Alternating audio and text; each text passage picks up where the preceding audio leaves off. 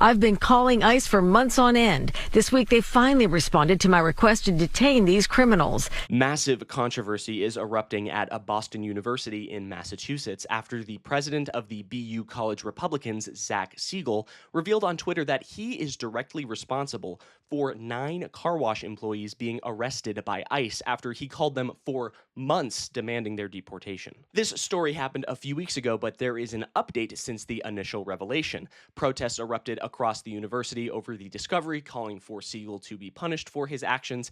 And in addition, just this weekend, a judge has released 6 of the 9 detainees on bond, while 3 remain in the hands of ICE. But there is so much more to the story than meets the eye, so be sure to stick around to the end of the video to learn all about it, and don't forget to like, comment, and subscribe to the Really American YouTube channel. Okay, so let's dive in and get caught up to speed on this controversy taking place here. Zach Siegel is the president of the Boston University College Republicans. We talked to him in September after Charlie Kirk was killed. Siegel is now claiming on social media that he is the reason ICE showed up at an Alston car wash earlier this month and hauled off 9 employees. I don't know how low you have to be to call ICE on a group of workers at a car wash just making a living, but if you can believe it, it gets so much worse. I've been calling ICE for months on end. This week, they finally responded to my request to detain these criminals.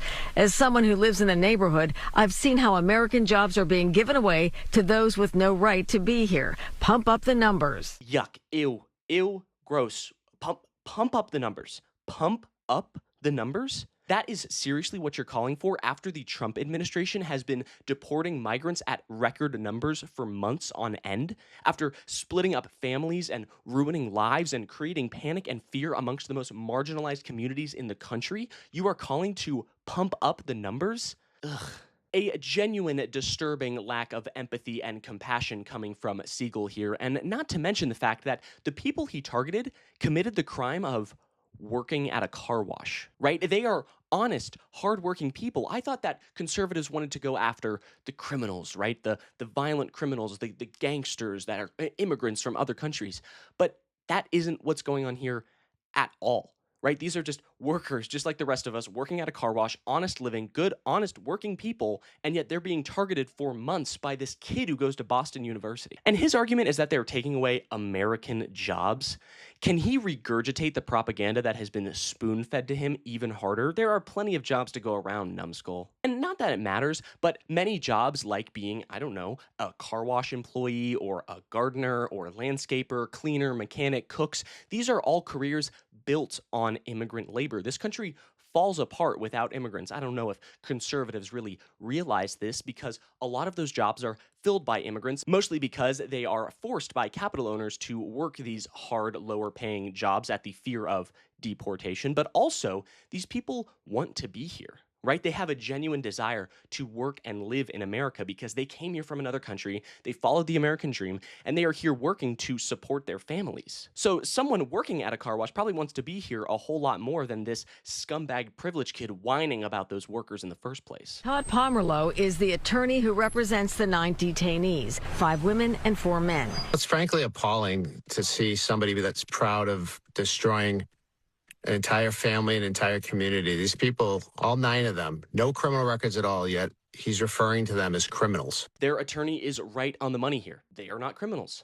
They have no criminal record. They have families, and this kid is ripping them away from that. For what? For what? Genuinely for what? Because they're taking away American jobs? Well, guess what?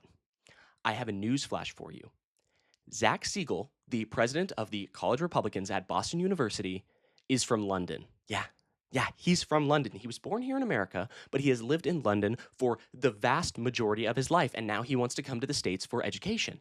But if you go by his logic, he should be saving that seat for an honest American student, right? Not someone who's lived in London for the past 20 years. Now, I'm not advocating for this. I think that foreign students and foreign admission is a great thing. However, if you go by his logic, he should save that seat for a true, honest, red, white, and blue-blooded American. It's ridiculous. He says Siegel, who was born in London and schooled in the UK, according to the BU Athletics website, certainly can exercise his First Amendment rights here in the U.S. But Pomerleau finds his arguments ironic.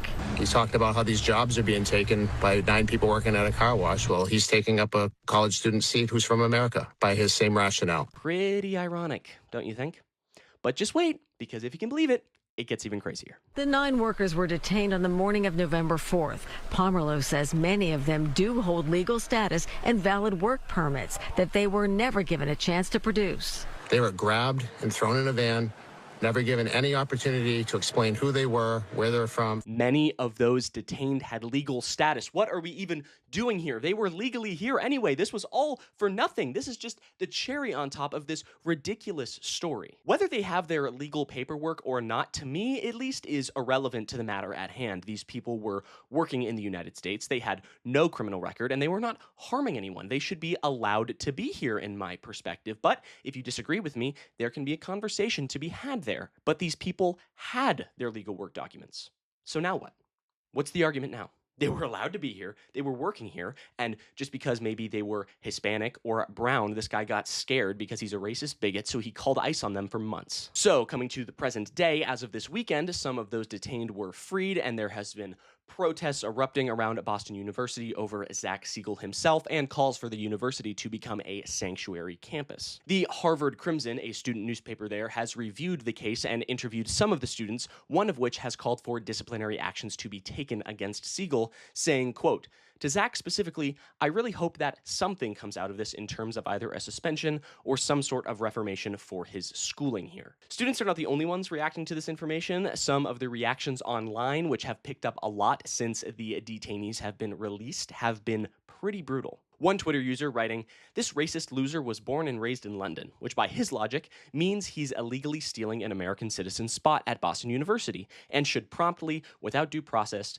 be detained and deported. A bit extreme, but another wrote, quote, "If I was making a movie and had to hire an actor who looked like a piece of shit kid who went to BU and was the president of the Boston University College Republicans, I would hire Zach Siegel in about 4 seconds and send every other actor home." Now, that one's pretty funny because, yeah, one look at this kid and you know a lot about him. Now, some people may think that it is too harsh treatment to go after this college student, Zach, here, but as a peer of Siegel, we are only a year or two apart in age, I can, without a shadow of a doubt, say, fuck this guy, okay? Because I don't care if you're in your early 20s or if you're 95 years old. You're an adult. You are legally an adult here in America. You make your own decisions. And he decided for months to call ICE on a group of people working at a car wash for the crime of being here. So no, I don't have any sympathy for this absolute cockroach of a human being. What is Strange Hill to die on anyway? Immigration. This is a huge losing issue for Republicans right now, as they are basically underwater in every category, including immigration,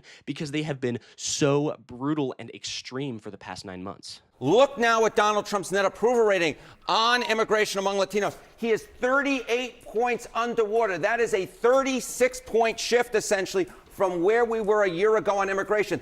Kamala Harris and Donald Trump are basically tied on the issue of immigration. And now on the issue of immigration, Latinos despise, hate Donald Trump. 38 points underwater. In their mind, he is doing something absolutely wrong when it comes to immigration. And it's not only Latinos that are against the immigration policy of the Trump administration. Marquette polling shows that amongst independents, Trump's net approval on almost every issue is underwater, including immigration at -24. He is 24 points underwater when it comes to immigration. And there's this kid just stonewalling himself, being like, no, I have to do this. I have to deport these people because they're immigrants and they're taking away American jobs. You're from London. All of these policies are feckless and weak, and people supporting them are just racist bigots, and their actions should have consequences. I'm really happy to see the news, the latest update to the story, that some of the people were released and could see their families again, but some of them have not. There are still 3 people being detained by ICE who cannot see their families right now and who have been separated because of the actions of Zach Siegel. So I'm hopefully awaiting the news for all of these people to be released so that they can be reunited with their families and for these innocent victims to be freed from Trump's Gestapo army. But we will have to wait and see. But I think that's going to do it for me. Thank you so much for watching this video to the end. I really appreciate it. If you like this video or want to see more like it, be sure to leave a thumbs up down below, as well as comment what you think about this whole crazy story. And don't forget to subscribe to the Really American YouTube channel. Have a nice day.